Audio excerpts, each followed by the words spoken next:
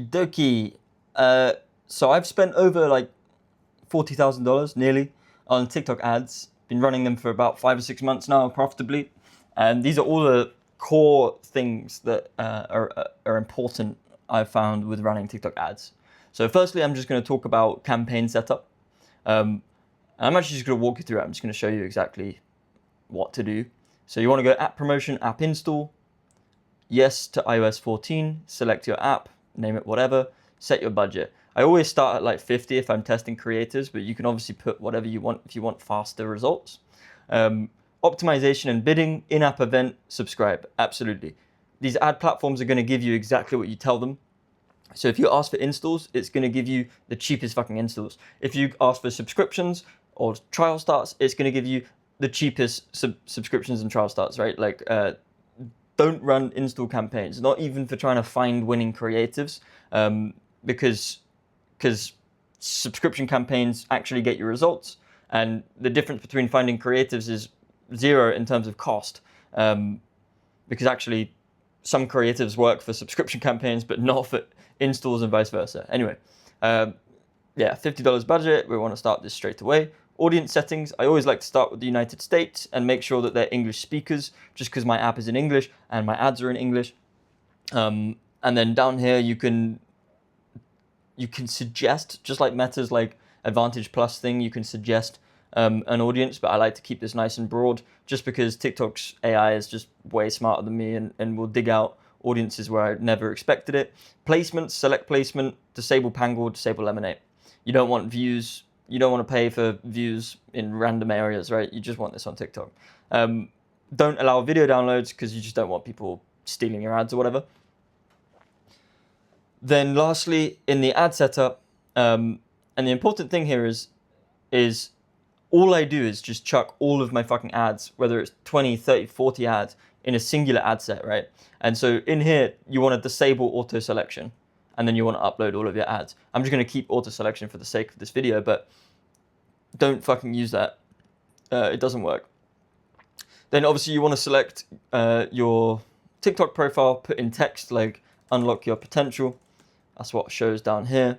Call to action text, disable everything. It's going to give you loads of bullshit like fucking learn more or get it now. You just want direct CTAs. You want go to App Store, get looks maxing, install app, click to download, and so on and so on. Selling points, just remove these. You don't want this to look like a fucking sales pitch. The idea is to create content that feels native to the platform. Automatic enhancements, turn all of them off apart from CTA enhancement. You do want that because it can be nice to actually have some variants of the CTA text. And then for app profile, you can choose to add an app profile page here, like it just kind of replicates the App Store. Or you can not do that. And in order to not do that, you, in the campaign setting, just go to advanced settings here and disable that there. Okay, so it's just reset all of my fucking ads, but that was all done and ready to go. So that was the first thing I was going to talk about. The second thing is attribution. Okay, so the reason that I get such, like, if we go to lifetime here, the reason that I get such accurate conversion attribution is because I use an MMP. I personally use AppsFlyer, but you're welcome to use Singular or any of those other ones. But as you can see, like all of my conversions are tracked. And as soon as I get a conversion, it will show up in TikTok like 2 minutes later. It's fantastic. Why use this over the SDK from TikTok or the SDK from Meta? It's more accurate and it just fucking works, right? Like it's slightly more expensive. You know, the SDK on TikTok and Meta is free, but AppsFlyer just nails it every time. I think my hit rate is like 98%, you know, which is really essential because the pixel needs as much data as fast as possible in order to optimize as fast as possible so that you don't end up, you know, wasting money. So it's definitely a good investment. And also a lot of these MMPs offer you like 10,000 free installs where they don't charge you. So, you know, for getting started, it's great as well. In order to set that up, you have to go to Events Manager and then basically, install AppsFlyer on your app, make a purchase, verify it, and then the subscription conversion goal will turn up. I'm not really going to talk through that on this video because that's fucking long, but I do have guides. Just type up Athka NFT AppsFlyer, and I've got plenty of threads that talk about it, talk you through it. Okay, so the third thing is making ads that are good for TikTok. I'm not going to show you my ads, right? Because that would be retarded. But the most effective method I find is comment baiting and rage baiting. And the best way of doing that is by offending your audience, kind of. So for example, with looks maxing, my hook text that comes up, the initial caption, will be looks maxing isn't real, right? Which I know immediately offends my audience because my audience are looks maxers, that are looks maxers. They believe in looks maxing. And so if they get given a video that immediately like says they're wrong, they're hooked. They want to see the video disprove that point. And then obviously in my videos, I do then go and disprove that point, maybe with a before and after, somebody's glown up and stuff. And then they're satisfied and they want to try the app for themselves.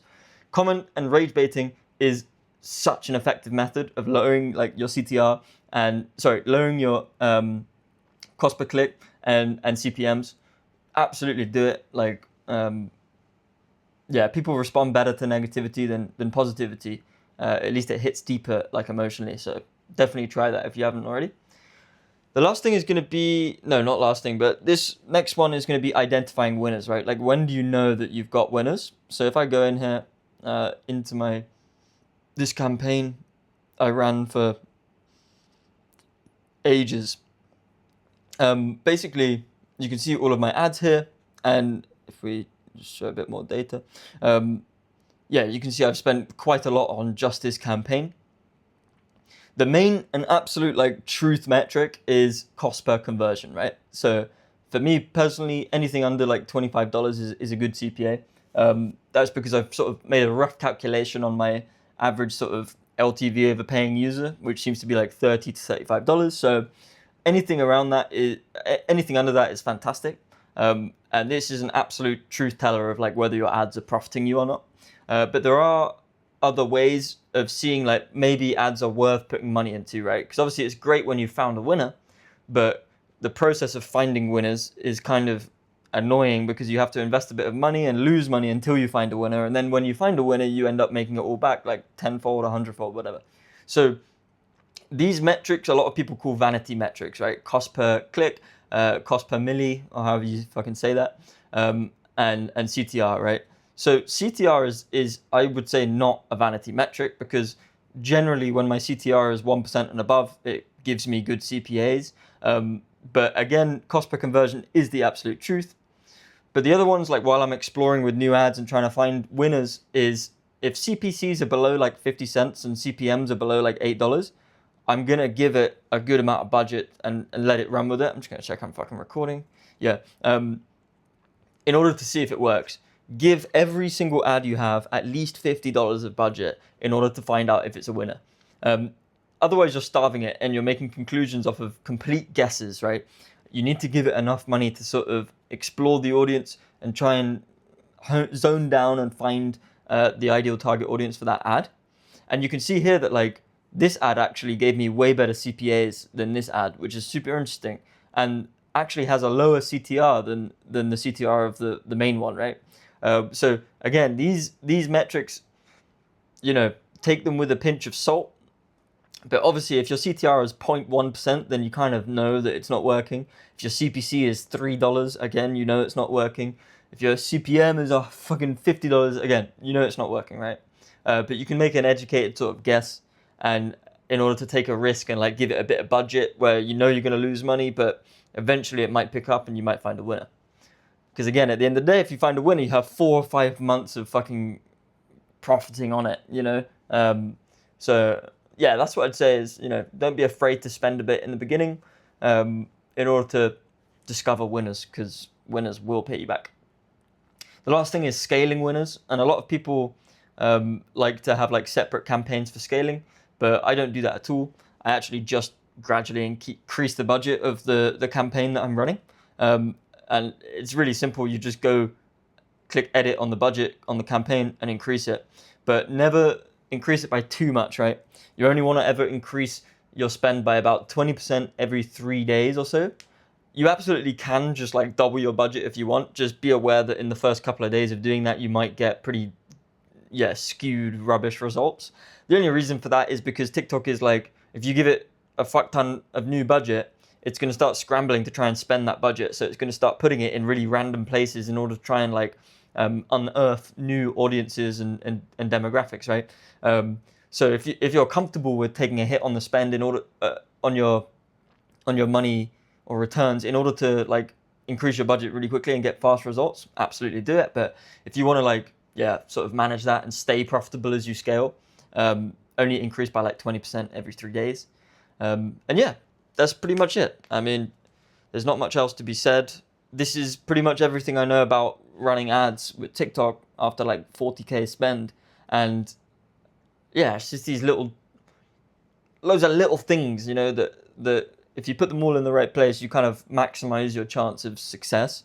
Obviously, I'm not going to show my ads here, right? Like, otherwise, yeah, people are just going to fucking steal them and I have to find new winners. But the concept stays the same, right? Like, you want to emotionally engage people. You want people to be hooked on your ad. So you have to find ways of sort of causing reactions in people and getting them to keep watching the video.